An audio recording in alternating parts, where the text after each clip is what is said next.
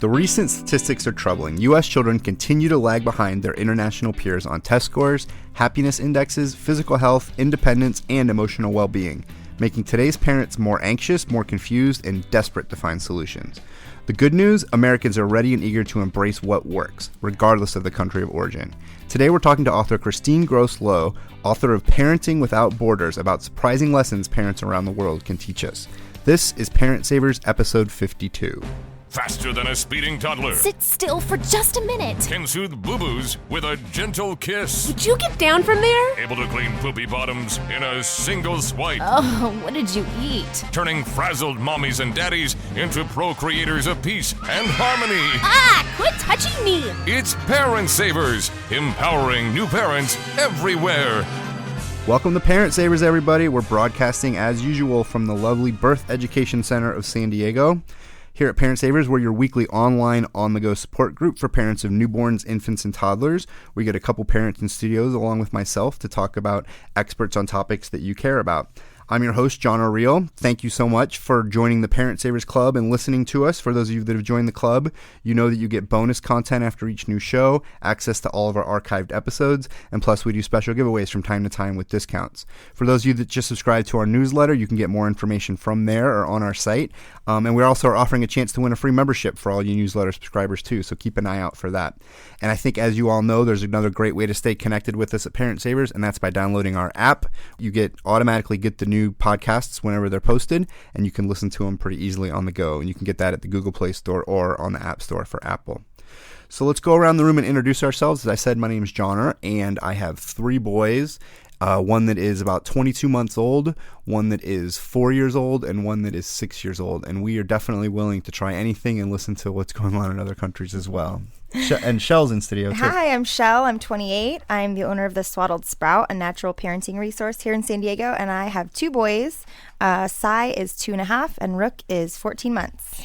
And I'm Amy. I have three little girls, and I am a blogger here in San Diego, and it's belovedatmosphere.com. My daughters are 8, 3, and I have a newborn who's almost 2 months. And on the phone, we have Christine. Hi, Christine. Tell us a little about yourself. Hi, I'm Christine Grosslow. I'm 44. I'm a writer and an author, and I have 4 children. I have 2 boys. They're 12 and 10. And I have 2 girls who are 6 and 3. Nice. I like how that's spaced out for you. Yeah. All right, before we start today's show, we have a news headline that I'm going to hand out around the room, and I'll just read it to you, Christine. A family went to a restaurant, and on their receipt, they got a discount, unbeknownst to them, of $4 off their meal of about $60 for having well-behaved kids. And everybody love cheered that. that. Well-behaved kids. We'll never And be it's kind of hilarious. It's kind of in reaction to, I think, and this was happening a lot earlier this year. It really where says people well-behaved children. Yeah, so people were writing like kind of mean things, and there was a one that went around where a preacher had given no tip to a waitress, and there was huge internet backlash about it. And then this one made the rounds, and everyone was really happy to see it. And what the server did their own discount. The bill was $58, and they did an open discount, and they typed in well-behaved kids for $4. Hilarious. What do you guys think about that, right? That's great, right? Well, I think it's a huge thing because we have always taken our kids places, and we've lived in foreign countries, and it's a huge thing. Americans, and this is a broad statement, but Americans by and large are very, very intolerant of children in public places, whether it's an airplane or a restaurant or whatever else. We just went to a restaurant, and I didn't feel bad. I mean, our kids were a little bit crazy. But they're kids. Right. But I felt bad for the other people that were there because they weren't signing up for the experience to have my kids be obnoxious. But when you go into public, you are signing up to experience people of all different ages and places and types and sizes. And the reality is you got to get out there and do it, or you're never going to. How are you supposed to teach your children to behave at, say, a ceremony of any type, right? Because now people are not inviting the kids. You're invited, but then I have to find a babysitter, and it's $80, just to go for couple hours. So my point being, the more we as parents take our kids out to kid-friendly places, then you evolve to the nicer sit-down dinner. I think it's awesome that people are giving a well-behaved kid, because my kids would get that. They are. They're expected. Well, but mine are older. They're 8 and 3 now. Yeah. And, the 3-year-old pulls it every once in a while, but by and large, the more you practice. If you went to a restaurant that said, if your kids are well-behaved, we'll take 10% off. But if they're not, we're going to add 10%. What would you get? Adding 10%? I'd be leaving the moment someone had their hissy fit. Like, I'm going to just pull my chips right now. I'm out. Yeah, I wouldn't go to a restaurant that taxed you for having children. The kid tax. Not even I'm not saying a restaurant does that, but it's not even ill-behaved. It's just how kids are. Had this gone the other way, though, if someone had tacked onto their bill for having not well-behaved kids, I think that the firestorm would have been I would be stoked if I got a bill like that. Yeah, it's really I nice, would go back to that restaurant in a heartbeat. Oh, yeah. That's rad. All right, so today's topic is international parenting perspectives, and we're going to look a bit closer at parenting strategies and tips from around the world and how they may be especially helpful for Americans. So joining us on our Parent Savers hotline by phone is author Christine Gross-Low, whose book, Parenting Without Borders, is available on May 2nd. So by the time you're listening to this, that means it is available now. So welcome, Christine. Thanks. So tell me how the idea for this book came about. Did you live abroad, or where did it come from where you wrote this? I lived abroad. I lived in Japan for 5 years with my children. I lived there before that as well when I was a young adult. But really, I was raised in an immigrant family in America, and so I'd noticed a lot of differences about parenting from the time I was young. But when I had my own kids, my 2 boys, and we were raising them in the States, I was parenting them the way I saw parents around me raising their kids. And then we moved to Japan when they were 5 and 3. And when we first went there, there were things that I saw that I thought were probably they just were really startling to me. There were some things that I saw that I thought were actually wrong.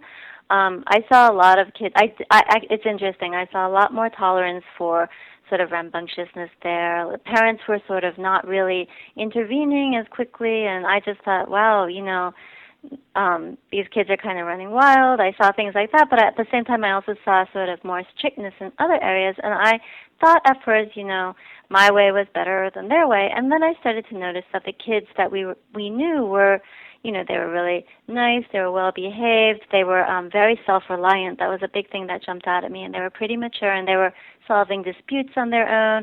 And so I began to think about, my husband and I sort of just gradually adopted a more hybrid approach to raising our children, using the best of what we saw in Japanese parenting and the best of what we saw in American parenting. And I felt like it was just so interesting to sort of discover that that these 2 cultures had their own very specific and very different views about what, ways of defining what good parenting is, that I wanted to learn more. So I started to investigate other cultures, and that turned into my book. So starting here in the U.S., what are some of the problems you think that we're seeing specifically in America, like helicopter parenting or spoiling our kids, eating habits, that type of thing?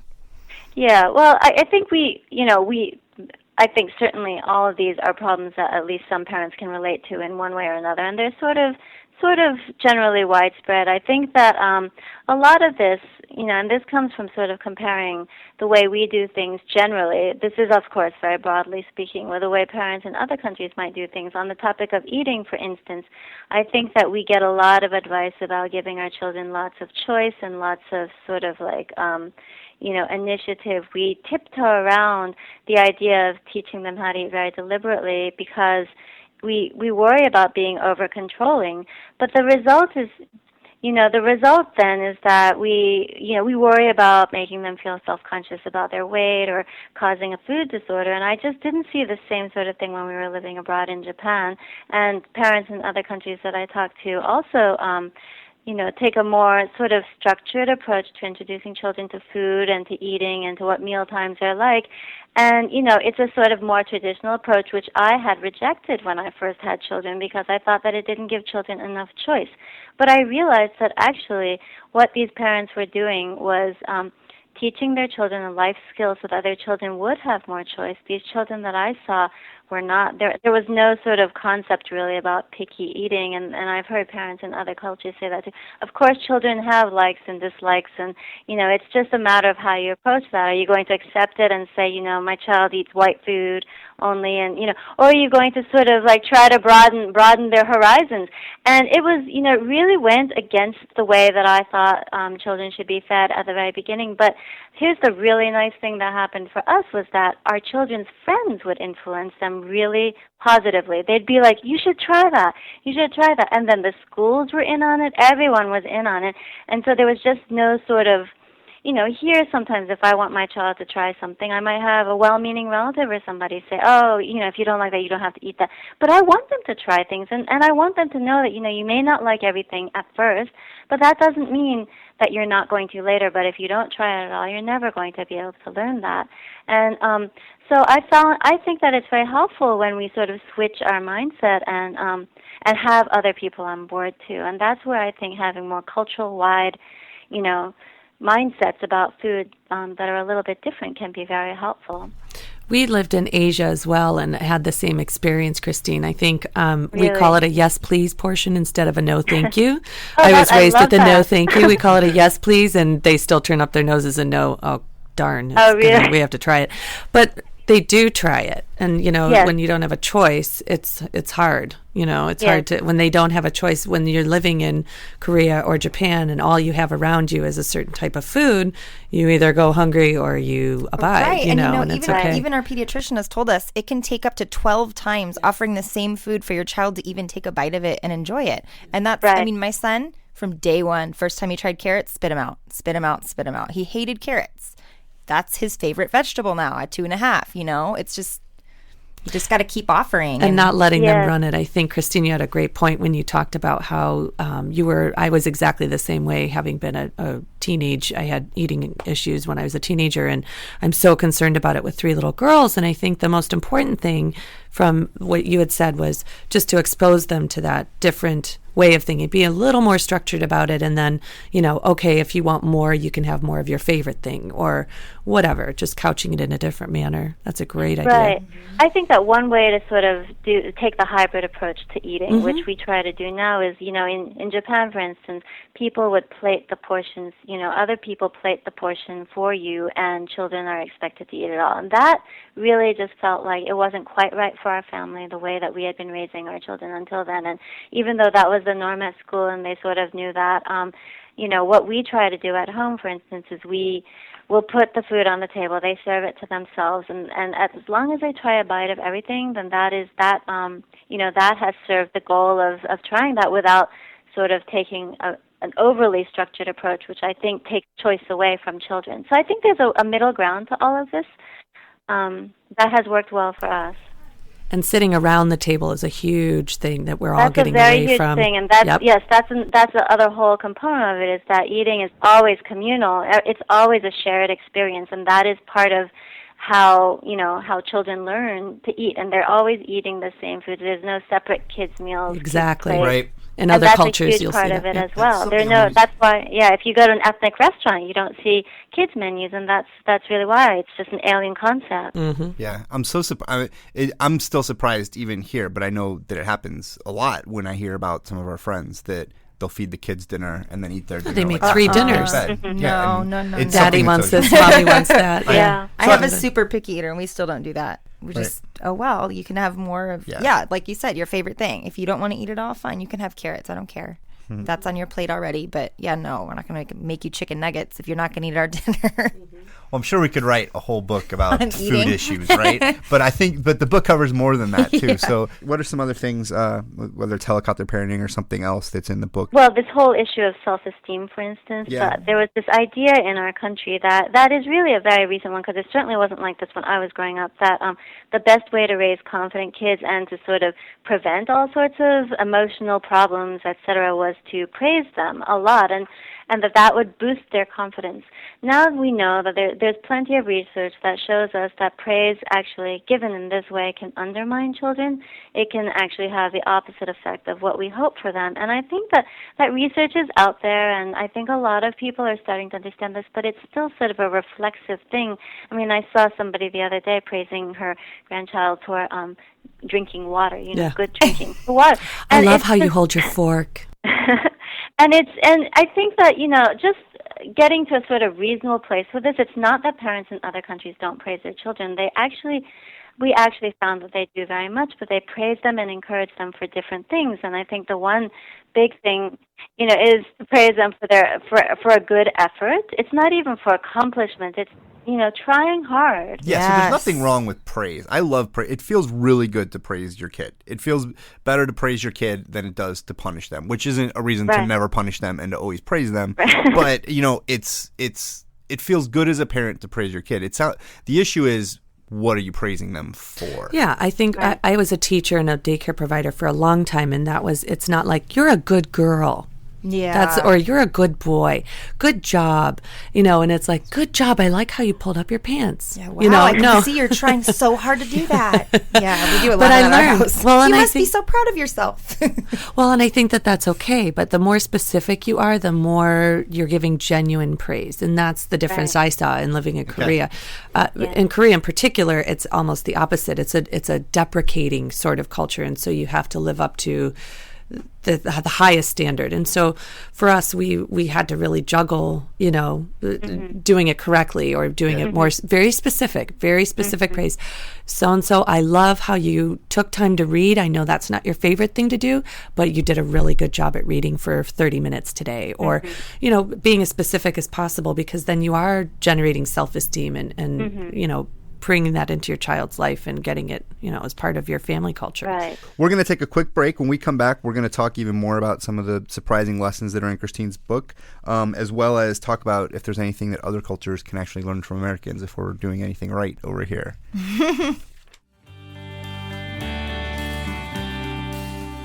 Welcome back, everyone. We're talking on the phone on our Parent Savers hotline with author Christine Gross Low about her book, Parenting Without Borders, Surprising Lessons Parents Around the World Can Teach Us. It's available now if you want to pick up a copy. Christine, when you're writing this book, is there anything that really, it's in the title, Surprising Lessons. What are some things that surprised you to learn? Because I think it's not necessarily surprising for Americans to learn that we have food issues and our kids are doing the wrong things. But what were some of the surprising things that you uncovered in the book?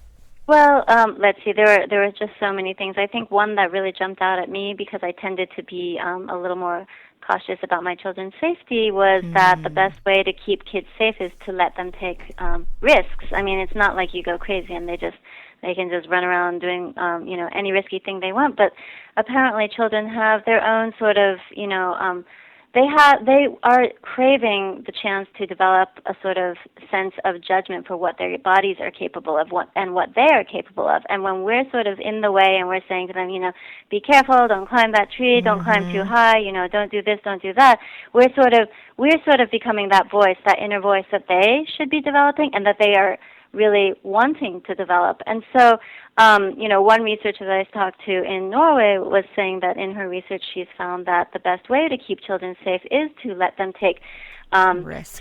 Experiential learning. Totally. Yeah, and it was really, really very helpful for me. It was also hard to, I think this sort of dovetailed with my instincts, but what I discovered was that it was hard to do that when other parents around me were judging me, saying, or would even come over. I had one situation where my daughter was climbing a slide by herself, and she was doing really well. She was concentrating very hard and climbing it, and I was standing a little bit far away because I knew that, she was trying this out herself. And another another mother swooped in and encouraged her up the slide and then sort of encouraged her down, and it sort of took that chance away from her herself. And I also felt, I don't know if she was or not, but I felt like, when that is happening. It also sort of is questioning my own judgment, but I know my daughter best, and I knew what she was doing, and I trusted her, and she was really loving the chance to climb this by herself. I wasn't yards and yards away. I was actually very close, but I wasn't, I was quietly watching so I wouldn't interrupt her concentration.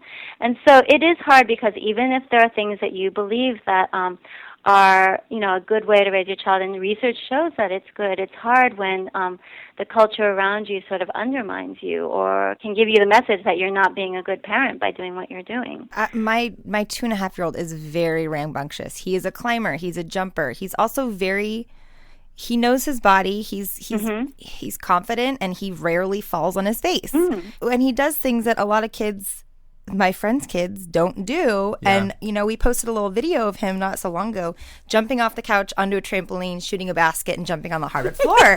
And I had several friends going, "You let him do that? I can't believe you let him do that." And it was like, I just won like the Bad Mommy Award for letting my kid jump on the furniture. But it's like, right. You'd be amazed to see the things I don't let him do. It's, he's fine. He's and learning. I think you guys it's awesome that you do that. He is learning what he's capable of. Well, but we have a friend that lives, she had to move back in with her parents, and she'd moved back in when the daughter was 3.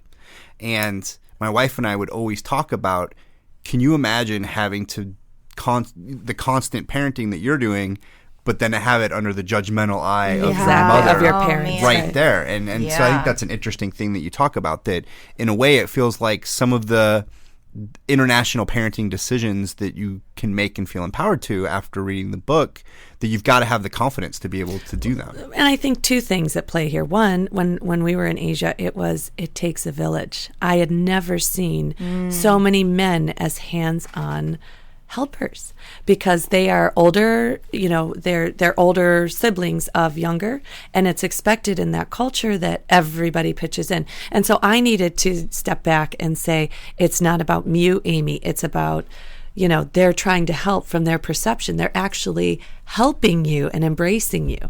And I needed to just process that for a while. That took me a while. And I think the other part, you were saying experiential learning, you can't be anybody else you have to be yourself because everybody else is taken. Yeah. If you are truly nobody goes out and says, I'm going to hurt my kid today. That's exactly what I want to do. You're doing your very level best. And if you mess up together, and you say, I saw you fall there. I'm really sorry. Let's pick it up, dust it off, and we'll be better next time. But if you don't let your kid fall, as it were, figuratively or literally, how are they ever going to learn and grow that self-esteem? Does that sound to you, Christine, like any specific culture, that idea of really setting kids off on their own? Well, I think it's very interesting. I heard stories from several Swedish parents which sounded sort of, similar, that, children were encouraged to take greater risks than I think a lot of American parents would be comfortable with. 3-year-olds climbing trees pretty high, that sort of thing. And the idea is the same. That is sort of how they learn what they're capable of, and there's a sort of just a greater trust that they're able to do this. I think that we've sort of lost touch with that idea, that because we have such a, I think that in our country there is a very strong idea that very involved parenting is what good parenting is, and that's a pretty recent idea, and it can be, it's very good in some ways. Clearly, involved parenting is better than, uninvolved parenting.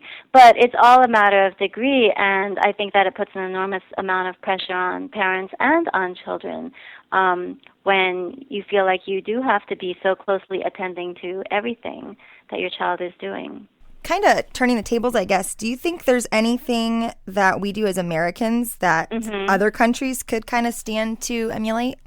Oh, I definitely do. The fact is we came back to this country. It was a deliberate decision after 5 years away, even though we were enjoying our time there very much. I knew that there were things that our children can benefit from here as well, and I wanted them to be able to benefit from that. One of the things, I really love the way that we express our love to children. That is a way that resonates with me. It's not that other parents in other countries don't love their children. They express it in ways that are culturally appropriate and everyone in the world loves their children. That's not what it's about. But the way that it's expressed in this country to our children really fits the way that I like to express love to mine. So that was something that I liked being able to do. I also think that we are really wonderful about trying to teach our children about tolerance and inclusiveness. I think that this is something that we're amazing about compared to many other countries. When we came back, we go to the library, we open any book, and you can see portrayals of people living different lives, people who live differently, children who look differently. And this, when you're seeing this all the time, and when your teachers are talking about it, when your parents are talking about it, when it's part of the conversation out there, I think it really is the most important way to raise children who can grow up to be very accepting of and inclusive of diverse people and diverse ways of being. And I think that's something a lot of other countries should learn from us. Awesome point, Christine. I have a segue there. What do you think are the cultural stereotypes when it comes to parenting, and how do you embrace them, or how does that play out in your family? And what do you think about that? It's interesting. I know what a lot of these stereotypes are. I tried very hard not to let them sort of guide me in my investigation. What I found was some of them may ring sort of true, but for reasons that are different than we might think. And then others don't. Like when I visited China, for instance, it was just 6 months after the book by Amy Chua, the Tiger Mother book, came out. A lot of Chinese parents told me, that book is not about Chinese parenting, and it doesn't really represent what we're striving for necessarily. I mean, certainly some parts probably resonate, I think, but and as the daughter of Asian immigrants and somebody who's very familiar with Asia, I know the parts that resonate, but I also think it's very important to remember that she was writing a very specific memoir about her own specific immigrant experience in America, and actually in China, apparently, or in Taiwan at least, I think, I'm not exactly sure of the number, but an overwhelming number of books, more parenting books there that are read and sold are Western translations than local ones. They read more books from the West about parenting than they do about books about parenting written by Chinese. So I think that's very interesting. I mean, there's a great interest in sort of the way that we parent and in learning about how other cultures parent. And that, I think, is actually really nice to see. Other cultures are interested in how other cultures parent, and we can be interested in that as well. Yeah. What are some of the common threads you see among other cultures? We talked a lot about the differences, but what are some of the things that you see a lot of cultures have in common? Yeah. Well, I think it's the number one thing that unites parents everywhere is that they all want their children to succeed in their society. Succeed doesn't mean succeed just means thrive, make it as an adult, and have a good life. And I think that this is that what makes it look different from culture to culture is that what it takes to succeed is different in each society. Yeah. But this desire this desire to raise children who will thrive is common everywhere. And so even if a parent in another culture or parents in other cultures, as a whole, seem to do things that we may find a little startling or unenlightened or worthy of emulation, it's all really important to remember where it came from. It comes from a very particular culture and very particular cultural goals, and we have our own goals as well. And so that's important to remember when we're talking about parenting across cultures. Well, and it's not that there's necessarily a right way or a wrong way. I mean, it's like if you were going to drive from San Diego to New York, there's a lot of different paths you can take to get there. Yeah, I think actually that's one of the things that we have the most freedom to do in our country. Mm-hmm. I mean, it's also what makes it hard, because it is absolutely harder to raise your children when you don't have a lot of like-minded people around you helping to sort of reinforce what you are trying to do when you're going it alone. That's harder. But we do have a sort of freedom and an open-mindedness to look and see what might be working for someone else, or what might be a solution for a common problem that a lot of parents have, and sort of look further into it, adapt what works for you, and leave what doesn't. I think you had mentioned earlier that we all love our children and sharing love, however you do it. I think all parents have children to love and to, perpetuate and have that, for lack of a better word, just the carrying on of your family line and stuff. And caring for your elders, I found too, is always a different, everybody does it differently, but those are the things that I think, common threads uniting all cultures are how do we care for our elders, and what does that look like, and how can we be sure that we give them the respect and dignity they deserve. It's very parallel, I think. Well, it's a fascinating subject, and I can't wait to dig more into the book, and I'm sure our listeners can't as well. Again, it's called Parenting Without Borders, Surprising Lessons Parents Around the World Can Teach Us. We'll have a link to it on our website on the episode page. Thanks so much, Christine, for joining us. Thanks so much. Thanks, Amy and Michelle, and baby Elle, again, as always. Thanks for having us. Need to get her picture on the website as well. All right, so all this information's on our website. We're actually going to continue the conversation with Christine right now for members of our Parent Savers Club. I'm going to talk to her about some more lessons she thinks Americans can try right now, and I've got to ask her a question that I have about international mother-in-laws, see if she has any perspective on that as well.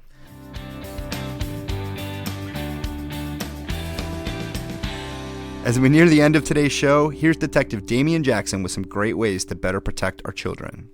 Hey Parent Savers, this is Detective Damian Jackson with the Escondido Police Department's Family Protection Unit and the Internet Crimes Against Children Task Force here in San Diego, California. As part of the Escondido Police Department's ongoing series of community outreach education to help families enhance their personal safety, I'm here today to talk to you about family tree stickers on the back of your car. You know the ones I'm talking about. Why on earth do you have them on there?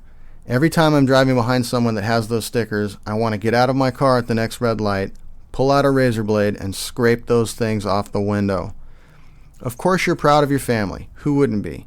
They're the most awesome people in the world, and they're your pride and joy. So what's the harm in having these stickers? Let me paint a scenario for you to ponder. Let's say a local child predator has spent some time driving behind you, studying the names below those stickers on your back window. I mean, you have them all conveniently listed, right down to the family dog. Then they happen to chance across one of your children and has this little exchange with them. Billy! Oh, I'm so glad I found you. Your dog Rex got hit by a car and your mom Jennifer had to go get your sister Alice and take her to the veterinarian. Hop into my car real quick and we'll call your dad Bob on the way over there. Well, as you can see, what might seem like an innocent set of stickers on the back of your car can open you and your family up to being victimized by predators. If a stranger walked up to you somewhere and asked you what your children's names were, would you tell them? Of course you wouldn't. So why would you openly advertise it to hundreds of strangers every single day on the open road? Scrape those things off and protect your family's privacy. For more information on how you can help keep your family safe, visit us on Facebook or Twitter at /Escondido Police. With the Escondido Police Department and the San Diego Internet Crimes Against Children Task Force, I'm Detective Damian Jackson, reminding you and your family to be smart and be safe. All right, that wraps it up for today's Parent Savers. We appreciate you listening so much. Don't forget to check out our sister shows, Preggy Pals for expecting parents and the Boob Group for moms who are breastfeeding. Next week, we're going to be revisiting a topic to make sure we've got all the angles covered. It's going to be an interesting show, to say the least. We're going to look again at circumcision, and this time we've got an expert that's going to be talking about it from the intact point of view. Last time we had a doctor on who performed circumcisions, and this time we have someone on, he's called an intactivist, who advocates against circumcisions. This is Parent Savers, empowering new parents. This has been a New Mommy Media production. The information and material contained in this episode are presented for educational purposes only. Statements and opinions expressed in this episode are not necessarily those of New Mommy Media and should not be considered facts. While such information and materials are believed to be accurate, it is not intended to replace or substitute for professional medical advice or care, and should not be used for diagnosing or treating healthcare problem or disease or prescribing any medication. If you have questions or concerns regarding your physical or mental health or the health of your baby, please seek assistance from a qualified healthcare provider. Hey mamas, don't forget to check out Mighty Moms. It's our online community built for new moms just like you. Not only can you connect with other moms, but you can also join us backstage for special mom-only online events. And you'll also be notified when we're recording, so you can join us as a special guest. Visit our website, newmommymedia.com, and click on the Mighty Moms banner. It's free. That's newmommymedia.com. See you there.